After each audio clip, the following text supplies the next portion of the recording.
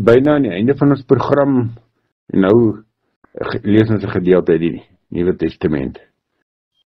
Johannes hoofstuk 12 vanaf vers 37, die gevolg van Jesus se optrede. Alhoewel Jesus so baie wondertekens vir die mense gedoen het, het hulle tog nie in hom geglo nie. So moes die woorde van die profeet Jesaja vervul word. Here, wie het geglo wat ons gehoor het? En aan wie is die mag van die Here geopenbaar? Waarom hulle nie kon glo nie, sê Jesus ook elders, of Jesaja ook elders. God het hulle oë blind gemaak en hulle verstand laat afstomp, sodat hulle nie met hulle oë kan sien en met hulle verstand kan verstaan en hulle bekeer en ek hulle gesond maak nie. Jesaja het dit gesê omdat hy die magtige teenwoordigheid van die Here gesien en oor hom gepraat het. Nietemin, selfs baie van die lede van die Joodse Raad tog ook tot geloof in hom gekom, maar uit vrees vir die Fariseërs het hulle dit nie openlik bely nie, sodat hulle nie uit die sinagoge geban sou word nie, want hulle het verkies om liewer deur mense geëer te word as deur God. Toe het Jesus uitgeroep, wie in my glo nie net in my nie, maar ook in hom wat my gestuur het. Wie my sien hom ook wat my gestuur het. Ek het as lig na die wêreld toe gekom, sodat die wat in my glo nie in die duisternis sou bly nie. En as iemand na my woorde luister en hom nie daaraan steur nie, veroordeel ek hom nie, want ek het nie gekom om die wêreld te veroordeel nie, maar om die wêreld te red. Wie my verwerp en nie my woorde aanneem nie, het reeds iets wat hom veroordeel. Die woorde wat ek gespreek het, sal hom op die laaste dag veroordeel. Nie uit my eie gepraat nie, maar juis die Vader wat my gestuur het my opgedra wat ek moet sê en wat ek moet praat. En ek weet dat sy opdrag die ewige lewe beteken. Wat ek sê ek presies, net soos die Vader dit vir my gesê het.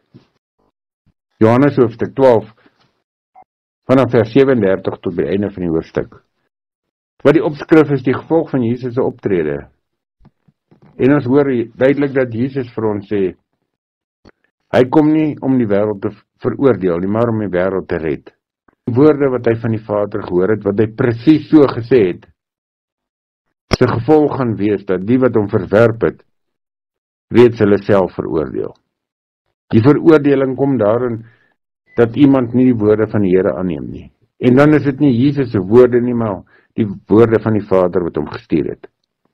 So waarskei ons hy ons dan om gereed te wees, om die woorde wat hy gee aan te neem as die waarheid, want hy is die waarheid. En die waarheid wat hy praat, gee vir ons die bevestiging daarvan. Mag het vir elkeen wonderlike week wees. Mag elkeen in hierdie waarheid leef en die bevestiging ontvang en weet dat hy die woorde wat Jesus praat, aanneem en doen die hele lewe. En waar ons verkeerd doen, kom ons vra die Heilige Gees, ons het so pas Pinkstertyd beleef, en die uitstorting van die Heilige Gees herdenk, en ons weet dat die Heilige Gees binne ons bly, ons telkens bewus maak van iets wat ons verkeerd doen, sê, dink. Kom ons laat dan toe dat die Heilige Gees met ons praat, en ons gees praat, en vir ons duidelik en onmiddellik sê, as ons iets verkeerd verstaan, doen, dink, sê, dat ons kan bely in Christus se naam.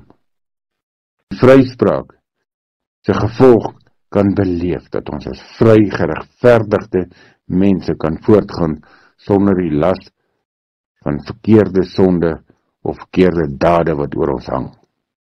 Mag het vir elkeen 'n wonderlike week wees, en daarom mag die genade van die Here Jesus Christus, die liefde van God en die gemeenskap van die Heilige Gees met elkeen van julle wees en bly tot in ewigheid. Amen.